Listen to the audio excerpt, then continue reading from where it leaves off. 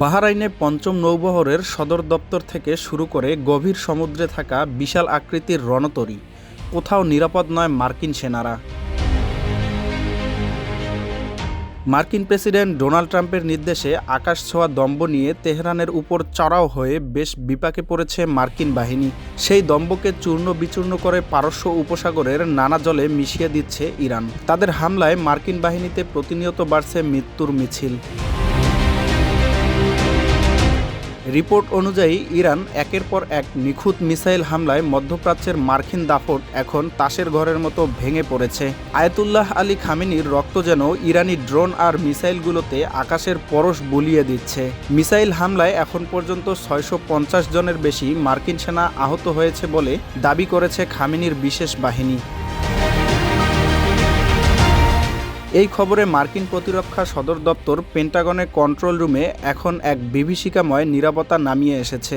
তবে ইরানের হামলার এত পরিমাণ সেনাদের হতাহতের তথ্য নিয়ে এখনও মুখ খুলেনি পেন্টাগন। মঙ্গলবার আইআরজিসি দাবি করেছে যে তাদের ট্রু প্রমিস 4 অভিযানের প্রথম 2 দিনে অন্তত 650 জন মার্কিন সামরিক কর্মকর্তা ও সেনা নিহত বা আহত হয়েছে।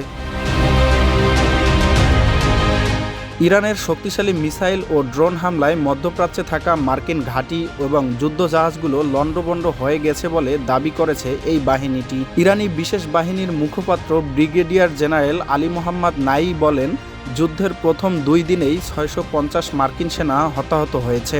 যদিও যুক্তরাষ্ট্র স্বভাবজাতভাবেই এই তথ্য গোপন বা অস্বীকার করবে, কিন্তু আমাদের গোয়েন্দা ও যুদ্ধক্ষেত্রের রিপোর্ট এই সংখ্যক সত্যতা নিশ্চিত করেছেন। এছাড়া চলমান যুদ্ধে ইরানি বাহিনীর সফলতার কথাও তুলে ধরেন তিনি। নাই বলেন, ইরানি বাহিনীর প্রচণ্ড আক্রমণের মুখে মার্কিন বিমানবাহী রণতরী ইউএসএস আব্রাহাম লিঙ্কন ইরানি উপকূল থেকে পিছু হটতে বাধ্য হয়েছে। ইরানের দক্ষিণ পূর্ব উপকূল চাবাহার থেকে প্রায় 250 থেকে 300 কিলোমিটার দূরে অবস্থানরত এই রণতরী লক্ষ্য করে 4টি ক্রুজ মিসাইল ছোড়া হয়। এরপরে জাহাজটি ভারত মহাসাগরের দক্ষিণ পূর্ব দিকে পালিয়ে যায় বলে দাবি করেন তিনি। এদিকে রিপোর্ট অনুযায়ী বাহরাইনে অবস্থিত মার্কিন নৌবাহিনীর পঞ্চম নৌবহরের সদর দপ্তরে বরাবর মিসাইল ও ড্রোন হামলা চালিয়েছে ইরান। একটি নির্দিষ্ট হামলায় প্রায় 160 জন মার্কিন কর্মী হতাহত হয়েছে বলে দাবি করা হয়েছে।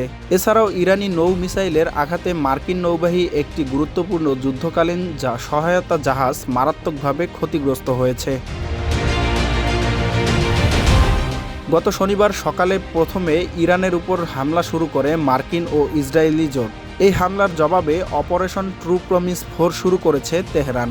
আয়াতুল্লাহ খামেনির মৃত্যুর পর এখন নিজেদের সবথেকে ধ্বংসাত্মক রূপ দেখাচ্ছে ইরানের ইসলামী বিপ্লবী গার্ড আইআরজিসি, যা মধ্যপ্রাচ্যে মার্কিন আধিপত্যকে সরাসরি চ্যালেঞ্জের মুখে ফেলেছে।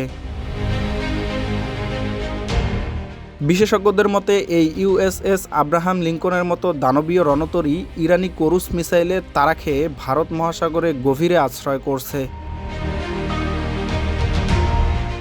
বাঘের ঘরে ঢুকে বাঘ মারার দুঃসাহস দেখাতে গিয়ে মার্কিন বাহিনী চরম মূল্য দিতে হচ্ছে বলে মন্তব্য করেছেন তারা। Nahid Hasan, Bangla reports, global views.